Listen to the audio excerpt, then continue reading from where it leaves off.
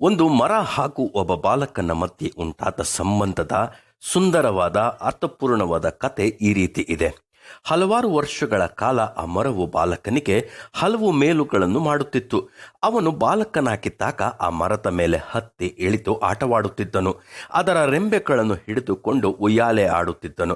ಹೀಗೆ ತನ್ನ ಬಾಲ್ಯದಿಂದಲೇ ಅದರೊಂದಿಗೆ ಒಳ್ಳೆಯ ಸಂಬಂಧವನ್ನಿಟ್ಟುಕೊಂಡ ಆ ಬಾಲಕನು ಬೆಳೆದು ಯವನಸ್ಥನಾದನು. ಆ ಸಮಯದಲ್ಲಿ ಮರವು ಅವನಿಗೆ ಒಳ್ಳೆಯ ಹಣ್ಣುಗಳನ್ನು ಕೊಡುತ್ತಿತ್ತು. ಆ ಹಣ್ಣುಗಳನ್ನು ಮಾರಿ ಅವನು ಒಳ್ಳೆಯ ಜೀವನವನ್ನು ಮಾಡುತ್ತಿದ್ದನು. ಕೆಲವು ವರ್ಷಗಳ ನಂತರ ಅವನು ಆ ಮರದ ಕೊಂಬೆಗಳನ್ನು ಕತ್ತರಿಸಿ ಮನೆಯನ್ನು ಕಟ್ಟಿಕೊಂಡನು. ಈ ಸಂಬಂಧದಿಂದ ಅವನು ಮರದ ಹತ್ತಿರಕ್ಕೆ ಆಗಾಗ ಬಂದು ಅದರೊಂದಿಗೆ ಮಾತಾಡಿ ಸಂತೋಷಿಸುತ್ತಿದ್ದನು.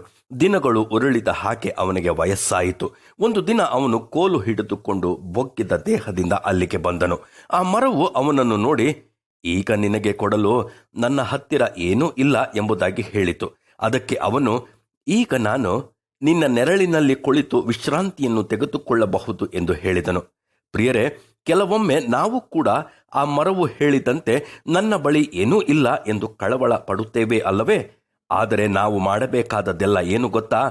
ನಾವು ಇರುವಂಥ ಸ್ಥಿತಿಯಲ್ಲಿ ನಮಗಿರುವುದನ್ನು ಸಂತೋಷವಾಗಿ ಕೊಡುವವರಾಗಬೇಕು. ಯಾಕೆಂದರೆ ಸಂತೋಷವಾಗಿ ಕೊಡುವವನ ಮೇಲೆ ದೇವರಿಗೆ ಪ್ರೀತಿ ಉಂಟು.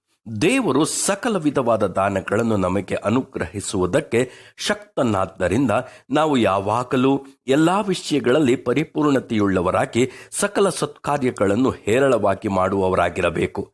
ಪರೋಪಕಾರವನ್ನು, ಧರ್ಮ ಮಾಡುವುದನ್ನು ಮರೆಯಬೇಡಿರಿ ಎಂದು ಬೈಬಲ್ ಹೇಳುತ್ತದೆ. ಹಾಗಾದರೆ ಇಂದು ನಮ್ಮನ್ನು ಹುಡುಕಿ ಬರುವವರಿಗೆ ಏನಾದರೂ ಕೊಡುವುದಕ್ಕೆ ಸಿದ್ಧರಾಗೋಣವೇ?